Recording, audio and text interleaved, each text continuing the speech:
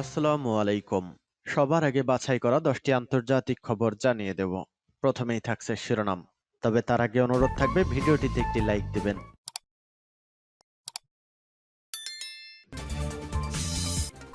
জানিয়ে দিব হাতে থাকা সর্বশেষ আপডেট আন্তর্জাতিক সংবাদ। প্রথমেই সংবাদ শিরোনাম। একাধিক বাসে বিস্ফোরণ, ইসরায়েল জুড়ে আতঙ্ক। এরপর জানিয়ে দিব এবার ইসরায়েলি হামলায় নিহত জিম্মিদের লাশ ফেরতের মঞ্চ করেছে হামাস। এদিকে ইহুদিদের ইসরায়েলে ফেরার পথ অকেজো করেছে আল আকসা তুফান অভিযান। আরও জানিয়ে দিব গ্রিনল্যান্ড অবশ্যই যুক্তরাষ্ট্রের কাছে থাকা উচিত বললেন ট্রাম্প। সর্বশেষ জানিয়ে দিব 70টিরও বেশি ক্ষেপণাস্ত্র ভূপাতিত করার দাবি কিয়েভের। এতক্ষণ শুনছিলেন সংবাদ শিরোনাম, এবারে বিস্তারিত। তবে অনুরোধ থাকবে ভিডিওটিতে একটি লাইক করবেন এবং কমেন্ট করে জানিয়ে দিবেন কোন জেলা থেকে আপনি আমাদের এই ভিডিওটি দেখছেন। একাধিক বাসে বিস্ফোরণ, ইসরায়েল জুড়ে আতঙ্ক। ইসরায়েলের বাত ইয়াম শহরে অন্তত 3টি বাসে বিস্ফোরণের ঘটনা ঘটেছে। তেল আবিবের দক্ষিণে অবস্থিত শহরটিতে আলাদা 3টি পার্কিং এলাকায় খালি বাসে এই বিস্ফোরণ ঘটে বলে জানা গেছে। তেল আবিবের দক্ষিণে অবস্থিত বাত ইয়াম শহরে 3টি বাসে বিস্ফোরণের পর অঞ্চল জুড়ে থমথমে পরিস্থিতি বিরাজ করছে। বিস্ফোরণের পর পুরো এলাকা নিরাপত্তার চাদরে ঢেকে ফেলা হয়। জরুরি সেবা সংস্থাগুলো দ্রুত ঘটনাস্থলে পৌঁছে তল্লাশি শুরু করে। আরও 2টি বাসে বিস্ফোরক থাকার খবর পাওয়া গেলেও সেগুলো বিস্ফোরিত হয়নি। সন্দেহভাজনদের খোঁজে পুরো শহর জুড়ে অভিযান চলছে। স্থানীয় গণমাধ্যমের প্রতিবেদনে জানা যায়, অবিস্ফোরিত একটি ডিভাইসে বিশেষ বার্তা পাওয়া গেছে। লেখা ছিল, তুলকারেম থেকে প্রতিশোধ। তুলকারেম অধিকৃত পশ্চিম তীরের একটি শহর। নেতানিয়াহু বাহিনীর ওই অঞ্চলে সাম্প্রতিক সামরিক অভিযানের প্রতিশোধ হিসেবে এ হামলা করা হয়েছে বলে ধারণা করা হচ্ছে। এ ঘটনার পর প্রতিরক্ষা মন্ত্রণালয় নতুন করে পশ্চিম তীরের শরণার্থী শিবিরে অভিযান আরও বাড়ানোর ঘোষণা দেয়। এদিকে বিস্ফোরণের ঘটনার পরপরই ইসরায়েল জুড়ে বাস, ট্রেন ও রেল পরিষেবা সাময়িকভাবে বন্ধ রাখা হয়। নিরাপত্তা বাহিনী অন্যান্য যানবাহনগুলোতে বিস্ফোরক থাকার আশঙ্কায় তল্লাশি চালাচ্ছে। এছাড়া জনগণকে সতর্ক থাকতে এবং সন্দেহজনক কোনো বস্তু দেখলে নিরাপত্তা বাহিনীকে জানানোর আহ্বান জানানো হয়েছে। ইসরায়েলের প্রধানমন্ত্রী পরিস্থিতি নিবিড়ভাবে পর্যবেক্ষণ করেছেন। নিরাপত্তা বাহিনী হামলার উৎস খুঁজে বের করতে কাজ করেছে। সাধারণ জনগণকে সতর্ক থাকতে বলা হয়েছে। পাশাপাশি শহরের গুরুত্বপূর্ণ এলাকাগুলোতে নিরাপত্তা আরও জোরদার করা হয়েছে। এবার ইসরায়েলি হামলায় নিহত জিম্মিদের লাশ ফেরতের মঞ্চ করেছে হামাস। গাজা যুদ্ধবিরতি কার্যকর হওয়ার পর থেকে এখন পর্যন্ত প্রতিটি জিম্মি মুক্তির আগে মঞ্চ তৈরি করে অনুষ্ঠানের আয়োজন করেছে হামাস। যেই অনুষ্ঠানে আমন্ত্রণ জানানো হয়েছে স্থানীয় গাজাবাসীদের। এবার খুন হওয়া জিম্মিদের লাশ হস্তান্তরের জন্য মঞ্চ তৈরি করেছে ফিলিস্তিনের স্বাধীনতাকামী সংগঠন।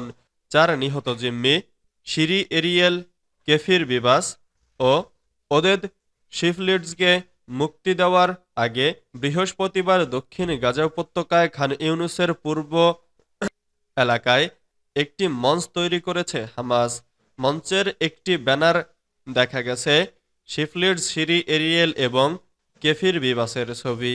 সেই সঙ্গে ব্যানারটির উপরে ইসরায়েলের প্রধানমন্ত্রী বেঞ্জামিন নেতানিয়াহুকে একজন রক্তশোষক পিশাচ হিসেবে চিত্রিত করা হয়েছে।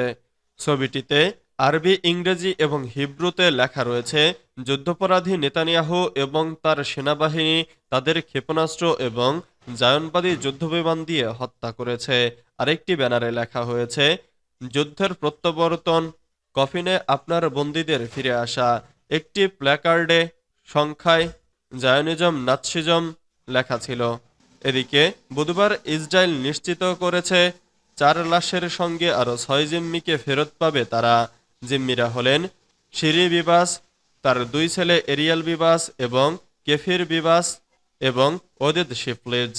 এর ফলে হামাসের বন্দিদশা থেকে 503 দিন পর মুক্তি পাবেন তারা।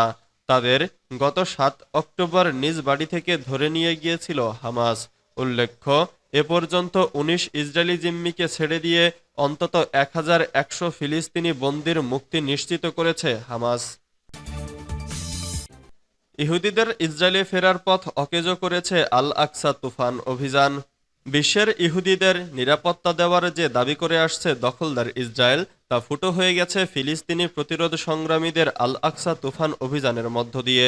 নিরাপত্তা দেওয়ার কথা বলে সারা বিশ্ব থেকে ইহুদিদেরকে দখলকৃত ভূখণ্ডে জড়ো করার প্রজেক্টটি যে অত্যন্ত দুর্বল এবং এটা যে একটা ভুল প্রজেক্ট, তা আল আকসা তুফান অভিযানের ফলে সবার কাছে পরিষ্কার হয়ে গেছে। ইহুদিদের আকৃষ্ট করার সব ভুলভাল অকেজো হয়ে পড়েছে। আল জাইতুন স্টাডি সেন্টার আল আকসা তুফান অভিযানে ইহুদিবাদীদের পরাজয়ের কৌশলগত দিকগুলো তুলে ধরেছে। ইসরায়েলের নিরাপত্তা বলয় নিশ্ছিদ্র এমন ধারণা বা তত্ত্ব আল আকসা তুফানের অভিযানের মাধ্যমে পুরোপুরি ভ্রম প্রমাণ করা হয়েছে।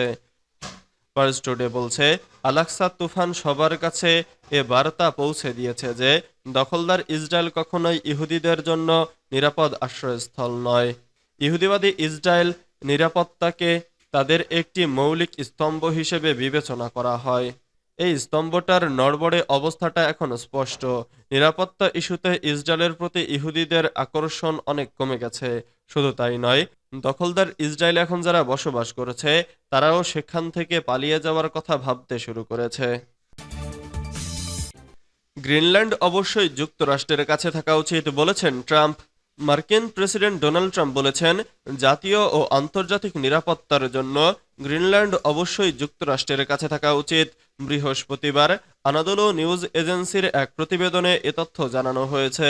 প্রতিবেদনে বলা হয়, মার্কিন প্রেসিডেন্ট বুধবার আবারও গ্রিনল্যান্ডের উপর মার্কিন নিয়ন্ত্রণের ওপর জোর দিয়েছেন। এ বিষয়টিকে তিনি নিরাপত্তার জন্য উদ্বেগ বলে উল্লেখ করেছেন। ট্রাম্প এয়ারফোর্স ওয়ানে সাংবাদিকদের বলেন, জাতীয় ও আন্তর্জাতিক নিরাপত্তার দৃষ্টিকোণ থেকে আমাদের গ্রিনল্যান্ডের খুব প্রয়োজন। গ্রিনল্যান্ডের সাথে আমাদের কিছু করতে হবে।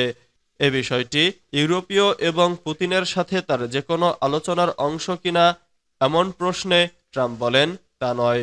ট্রাম্প আরও বলেন, জাতীয় নিরাপত্তার কারণে গ্রিনল্যান্ড আমাদের থাকা উচিত। যখন ২০ বছর আগে এটি নিয়ে কথা উঠত বা ৩০ বছর আগে যখন তারা এটি নিয়ে কথা বলতো, তার চেয়েও এখন বেশি প্রয়োজন। ৭০টিরও বেশি রুশ ক্ষেপণাস্ত্র ভূপাতিত করার দাবি কিয়েভের। কিয়েভ সিটি মিলিটারি অ্যাডমিনিস্ট্রেশনের প্রধান বলেছেন, ইরানের তৈরি ১ ডজনেরও বেশি শাহেদ অ্যাটাক ড্রোন উৎক্ষেপণের মধ্য দিয়ে শুরু হওয়া রাশিয়ার বিমান হামলার পর রাজধানী তেহরানে ৬বার রুশ বিমান হামলা চালানো হয়েছে। টেলিগ্রামে প্রকাশিত এক বিবৃতিতে সেরহি পপকো বলেন, বিমান প্রতিরক্ষা বাহিনী সব ড্রোন ও ৭০টিরও বেশি ক্ষেপণাস্ত্র ভূপাতিত করেছে। তিনি আরও বলেন, রাজধানীতে এত বড় ধরনের ক্ষেপণাস্ত্র হামলার ফলে দুর্ভাগ্যজনকভাবে আবাসিক ভবন ধ্বংস হয়েছে, অবকাঠামোর ক্ষতি হয়েছে, ভুক্তভোগী আছে অনেক। বিশেষ করে সোমালিয়ানস্ক জেলায় এর পরিণতি ভয়াবহ। সেখানে বহুতল আবাসিক ভবনে অগ্নিকাণ্ডের ঘটনা রেকর্ড করা হয়েছে। আগুনে মেঝেতে মানুষ আটকা পড়েছে। ইউক্রেনের প্রেসিডেন্ট ভলোদিমির জেলেনস্কি জানিয়েছেন, কিয়েভ ও খারকিভে রাশিয়ার সর্বশেষ হামলায় ৪ জন নিহত ও ৯২ জন আহত হয়েছেন। এক্সে বার্তায় জেলেনস্কি দেশের বিমান প্রতিরক্ষা কর্মীদের ধন্যবাদ জানিয়ে বলেন, রাশিয়াকে জবাবদিহিতার আওতায় আনতে তিনি ইউক্রেনের বৈশ্বিক মিত্রদের সাথে কাজ চালিয়ে যাবেন।